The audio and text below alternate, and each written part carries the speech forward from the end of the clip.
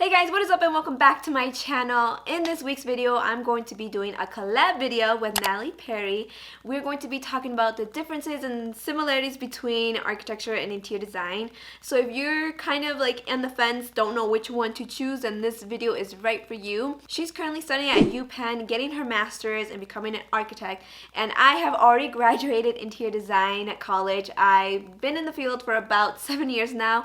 I'll have her information linked down below in the description box and her YouTube channel and the video because we're doing 2 videos on this, so feel free to go check her out and let's get started. So Natalie, would you mind giving everyone a brief introduction, just of who you are? Yeah, sure. So my name's Natalie Perri.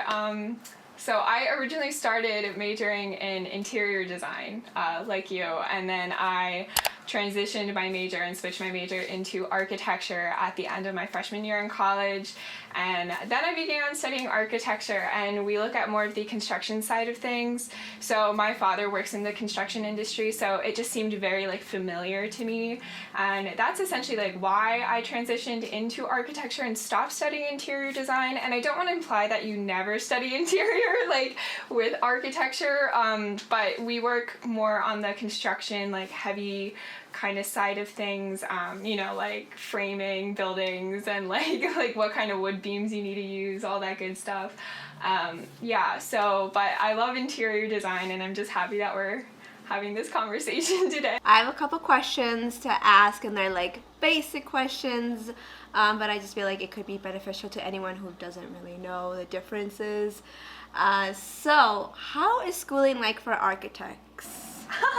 Do you have to go to grad school? Can you get an associate's? Yeah, so school is hard, I would say, for any major, honestly. School is very challenging. I feel like anyone majoring in design or architecture, you already need to know, right off the bat, it is so time-consuming, and I'm sure you can relate to, the all-nighter kind of lifestyle. Yes. But, I also think it's equally rewarding. But in general, for school, for architecture, it's probably going to take you about 7 to 8 years just to become a licensed architect.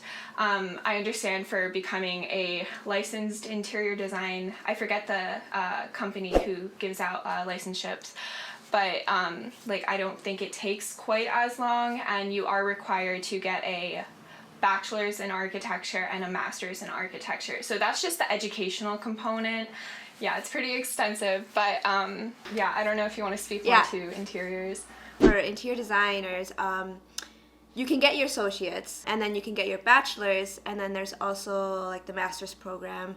But I feel like not many people go to get their master's. There is a requirement. Well, you don't have to become a licensed interior designer, but you can, and that's, I think you need either 5 years of experience, 2 years of school, or vice versa.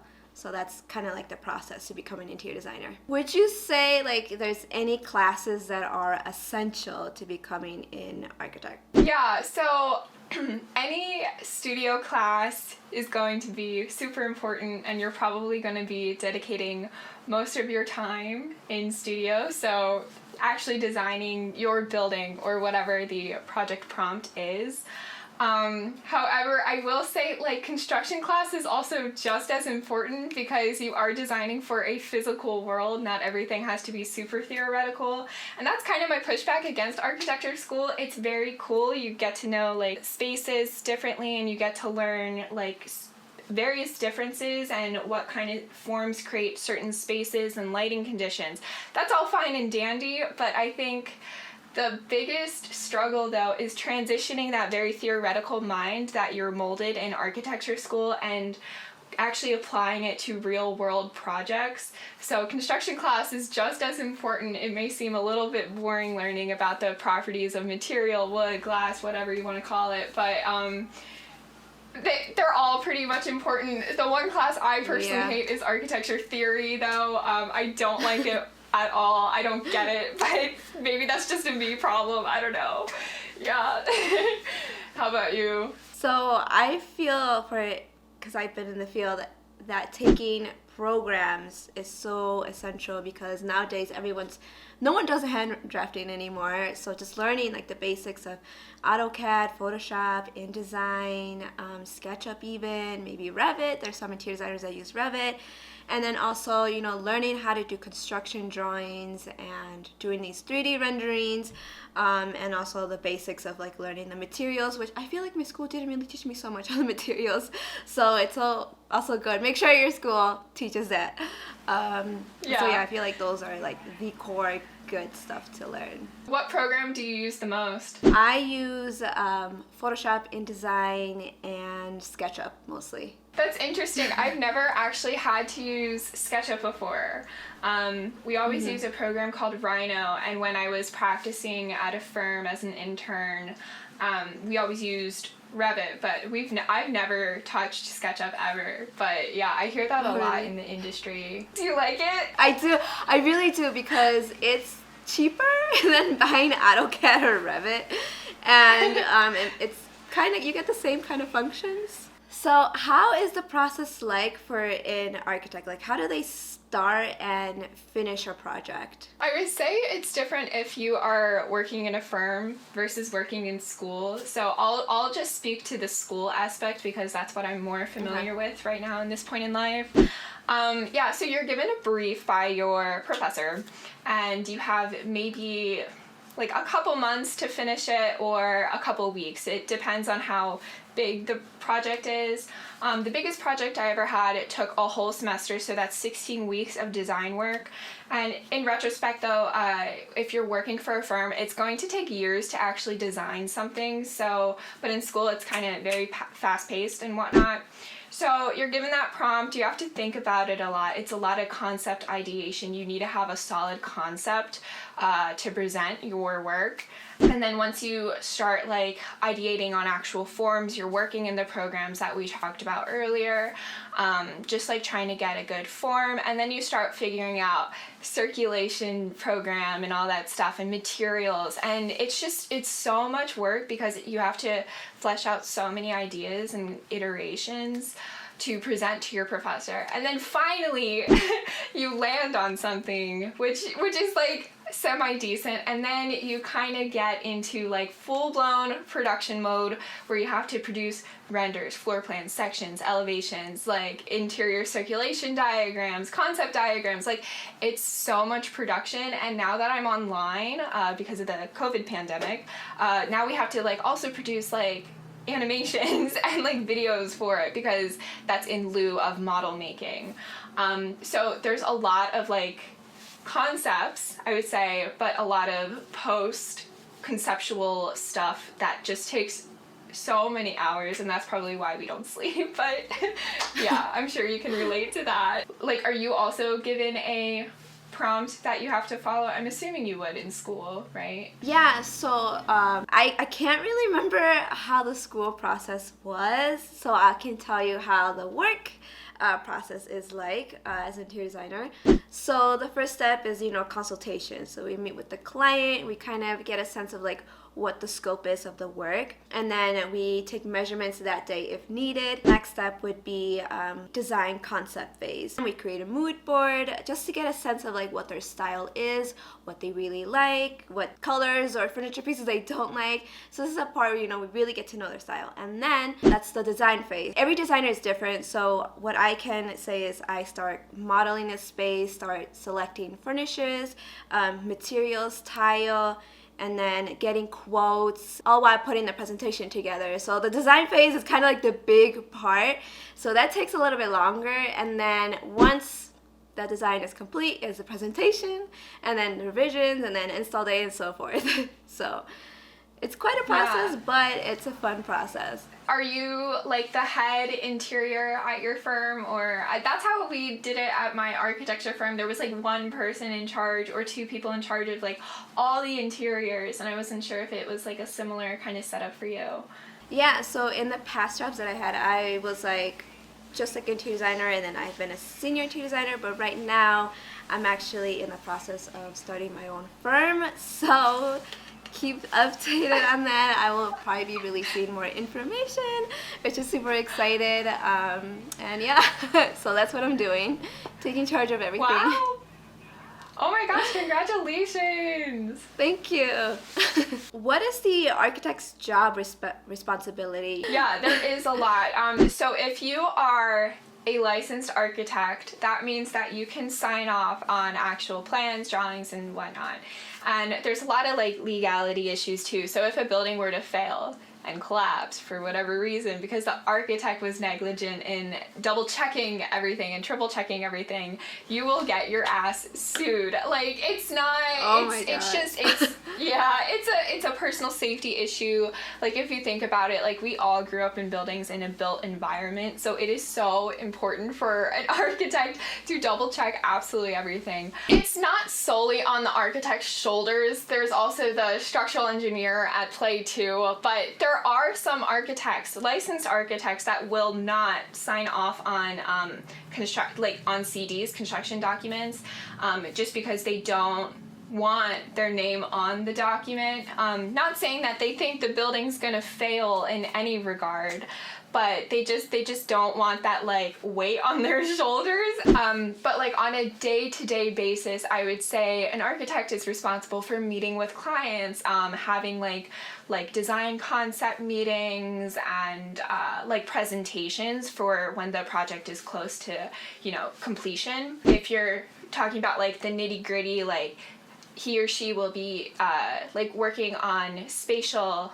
concepts and like how a floor plan could look if the building client wants the building to be LEED certified, meaning that it's a high energy efficient saving building, then they will also be responsible for implementing that into the design process and so on and so forth. So there's definitely a lot of moving components. There are definitely also some benefits. So we will have vendors come out, you know, encouraging us to purchase product and material to implement in the buildings that we are designing. And that's always nice to see, you know, multiple components, not just like the world of construction, but also the world of design and interiors kind of like blend together really nicely. I think that's cool. But yeah, that's typically how the day in your life as an architect kind of goes from what I witnessed from the registered ones at my firm. For a designer's job responsibility, we basically have to design a space that is functional and that meets codes, because there are codes for us to follow too, and all while making sure that you meet the client's expectations and aesthetics. You know, we create construction drawings, we have furniture selections page, and sometimes some designers also do the budget. Not all of the designers do the budget. When I was in commercial, we had no work into the budget. We just did the design and that's it. So we didn't have to worry about that. So there are some firms that will require you to, you know, put the budget together, and there's some that won't. And then, you know, going to construction sites, checking up on the progress, and meeting with the clients, making presentations. So that's kind of like a small summary of what the responsibility of an interior designer is. What kind of software does an architect typically use? What would you say? Oh, software. Oh my God. Okay. So yeah, so we use Rhino in school. I feel like that's the only time people actually use Rhino, and then you have the option of using Maya, Blender, Revit, AutoCAD, and a couple others. Now we've also been transitioning into animation softwares, but I think that's only because we're online right now. If you're working in the professional world, I only used Revit and a little bit of AutoCAD, but I would say like a good solid chunk, like maybe 90 to 95% of all architecture firms will use Revit. It's a fantastic software. I'm sure you can, you know, like there's a lot of good features in Revit, and it's really good for like that collaboration work. But you know, Maya and Rhino, they're more like form-based, and sure, you can create like really cool forms in it, but it's harder to collaborate with people on a like physical building project to be built, and that's why I think Revit's such a good program to use. Just to add like on that, I know a couple of interior designers that work in architecture firms and they use Revit. So just be warned, guys, at Revit, make sure you learn it. But for me, I would say most interior designers use AutoCAD or Revit if you work in an architecture firm, or SketchUp. So either of those three are kind of like the main softwares, and then on the side, you know, occasionally you might or might not use Photoshop or InDesign. So again, it just depends on the firm, but just watch out for those. Yeah, we also, sorry to add, I should add, like we also use Photoshop. We don't really use InDesign as much, but we use Adobe Illustrator. Like if you're playing with line weights, typically you do it in Adobe Illustrator just to present like your architecture projects in a very nice, legible way. So what do you enjoy most about architecture? Like, what do you love about it? I love that it's creative. I think like in general, very creative people and individuals, and also individuals who like art and like even some component of construction, they really thrive in architecture just because it is a different form of expression that's not necessarily like painting or drawing. A lot of the famous architects that we study in history classes, they were artists too. And so like me personally, I started out as like a little baby artist, you know, and I just wanted to kind of turn that passion into something, and then when I landed on architecture, it just felt right, I guess. So so there's a lot of things, but I think just the creative component to architecture is something that I'm so grateful for, and that it exists. But that's just me personally. And how about you? So I really enjoy transforming spaces and, you know, seeing the before and after, and also making a client happy by creating something they never thought their space could look like. I really enjoy kind of basically all the phases of interior design. And growing up, I knew I've always wanted to be in like the creative industry, but then when I got to high school, that's when I kind of knew interior design was for me. So it's just being creative, again, like Natalie said. How is the work life for an architect? It's non-existent. Like I don't know. I mean, when I was in undergrad, granted it was undergrad, you know, I had more of a balance. And also this was pre-pandemic too, so I don't know, maybe I'm comparing apples to oranges here. But there were like moments when you could go out, have fun, like take a break, have a movie night, you know, that kind of stuff. But I feel like now I've just been going nonstop, and it could be because of the pandemic, it could be because I'm a grad student, not quite sure what's going on. All I know is that I have like very limited free time. This past week actually, like I had mid-review.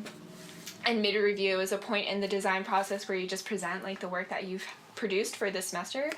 And I didn't sleep for like 2 days straight. Like no lie, you know, it happens sometimes, but that just like, I feel like that alone just speaks volumes to how time consuming the major is. Oh my gosh, yes. When I was a student, basically had no life as a student. People don't really understand how much work it is to become an architect, interior design, because our studio classes are so time consuming. But once I got into the field, I feel like it kind of varies. It really depends on the kind of job that you get and how the firm works. Because there were some jobs where I would leave right at 5. Please don't judge me.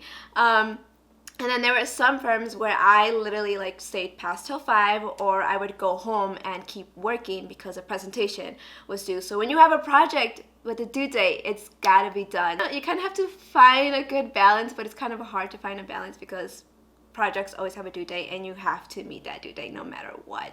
I guess this is the last question. So what are some things that you feel not many people know about being an architect? I feel like majority of people don't actually realize how hard it is to think, and I know that sounds weird saying, but we're very concept heavy, at least at the previous 2 schools I have attended, and it's like if you don't have a concept, like the project really isn't that great. And you know, this is the prompt that you're given is something that you can't Google. It's not, there's no right answer out there for you to even like Google, and you can like do some research, like go on Pinterest, you know, try and find some inspiration, but really it like all boils down to like creativity. So even though being creative in the field is fantastic, at the same time it's also a con in a way, because there is no right answer. And when you have that creative block, oh my god, absolutely awful. Yeah. Like, It's the worst. Yeah. Yeah, no, it is the absolute worst. So, and that's just a very like strong point of frustration in the whole design and creative process that I've personally experienced many times. For me, I feel like not many people know that we are in every step of the phase. So we're in, you know, the construction phase. Also, we get in contact with the vendors, we get quotes. We have to calculate how much tile we need, because if we don't, then it's kind of bad. We work with contractors. So I feel like not so many people know that part of interior design, because I didn't know it when I was in school. But it's kind of things that you learn in the field. Well, thank you, Natalie, for your time and answering these questions. Yeah, thank you so much for having me, and keep us updated on your own interior design firm coming to life. You know, I'm sure we're all interested in seeing that. Coming soon. Yeah. Well, that is it for this video, you guys. Thank you so much for watching. Again, like I mentioned before, I'll have her information linked down below, so you can go check out her video and her channel. She's super awesome and sweet. Give this video a thumbs up if you enjoyed it, and if you already haven't, you like my channel, you like my content, please feel free to hit that subscribe button, and I will catch you guys on next week's video. Bye. It's not for me to say you